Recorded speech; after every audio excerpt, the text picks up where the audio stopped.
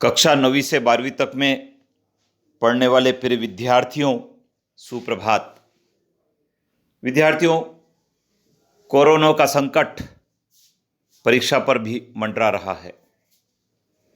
यद्यपि सरकार ने समय से आपके लिए परीक्षा के संबंध में महत्वपूर्ण निर्णय लेकर उसका आदेश जारी किया है और आपकी वार्षिक परीक्षा जो कक्षा 9वीं और 11वीं की है और प्री बोर्ड परीक्षा जो 10वीं और 12वीं की है, वह घर पर रहकर होने जा रही है।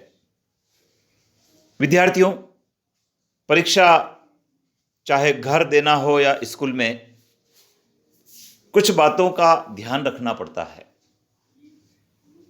कई सारी बातें परीक्षा को देने में यदि हम ध्यान रखते हैं तो हमारी आशा के अनुकूल परीक्षा का परिणाम भी आता है। आइए इस वीडियो के माध्यम से हम जानते हैं इस नई व्यवस्था में हमको किन बातों का ध्यान परीक्षा देते समय रखना है।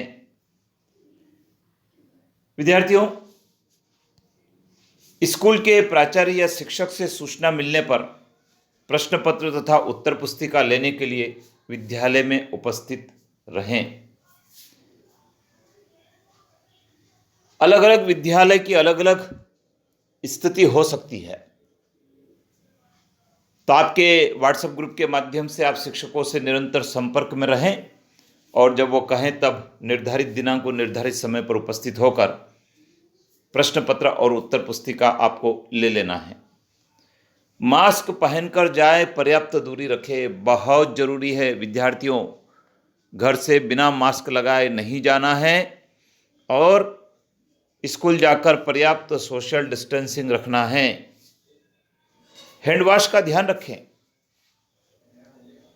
साबुन से, पानी से, सैनिटाइजर से हाथों को धोना नहीं भूलें। जब भी आप किसी वस्तु को छुएं तो यह बहुत जरूरी इवेंट है।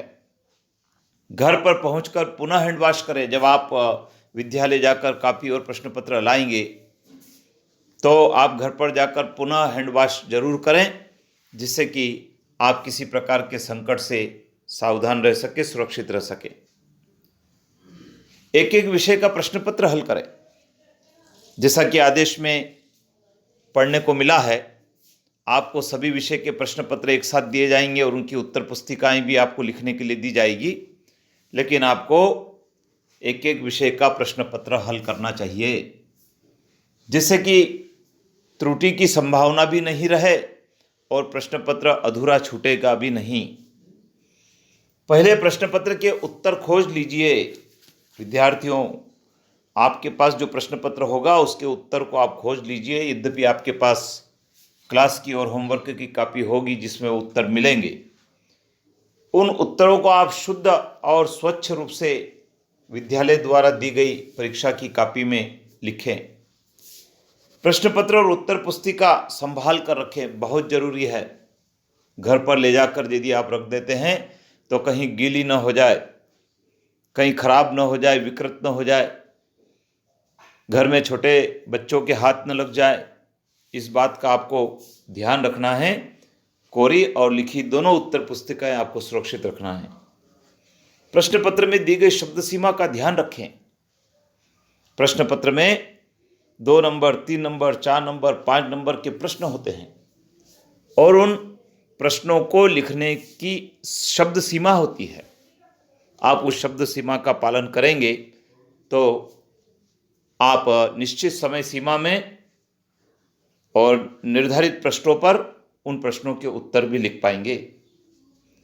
प्रयास करें जो उत्तर पुस्तिका आपके विद्यालय से आपको मिली उसी में आपका पेपर हल हो जाए। कहीं ऐसा न हो कि आप शब्द सीमा का ध्यान रखे बिना इतने बड़े बड़े उत्तर लिख दें कि आपको जो उत्तर पुस्तिका विद्यालय से मिली है उसके पृष्ठ कम पड़ जाएं। सामान्यतः विद्यालय से 16 पृष्ठ, 20 पृष्ठ, 24 पृष्ठ की उत्तर पुस्तिका मिलती है। आप देख लें कितने पृष्ठ की आपको उत्तर पुस्तिका मिली है।